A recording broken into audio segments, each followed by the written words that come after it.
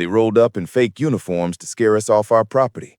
They got everything they didn't bargain for: discipline, control, and a man who refuses to let cowards hide behind lies. Seconds later, their bluff unraveled, and real law showed up to finish it.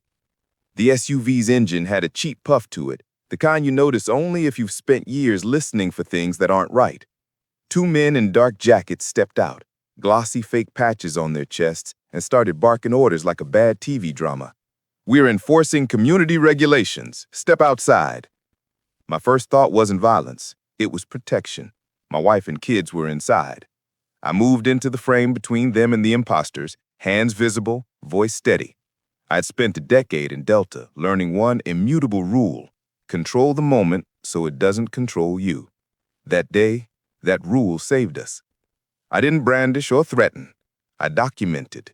I spoke calmly, asking for IDs and proof, things the men couldn't produce. When the taller one reached into his jacket to race through a rehearsed lie, I stepped in to block his motion and used slow, lawful force to separate him from the pantomime of authority. The movement was efficient, not violent.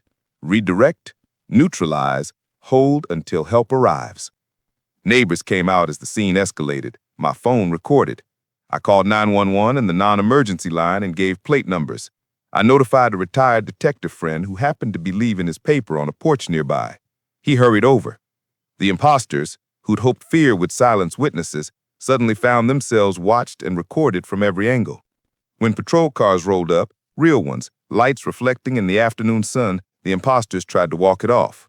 The officers took statements, checked IDs, and within minutes, the fraud unraveled.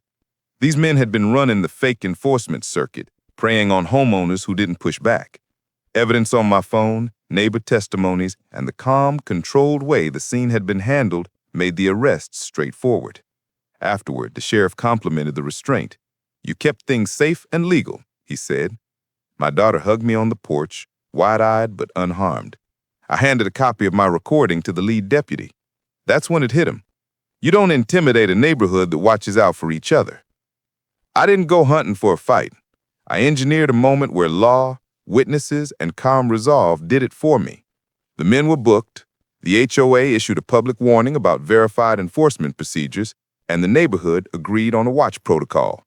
We slept that night with the windows open, because protection, properly used, is quieter than aggression and lasts longer than fear. I am Liam, and trust me, the next HOA story is even worse. Subscribe now.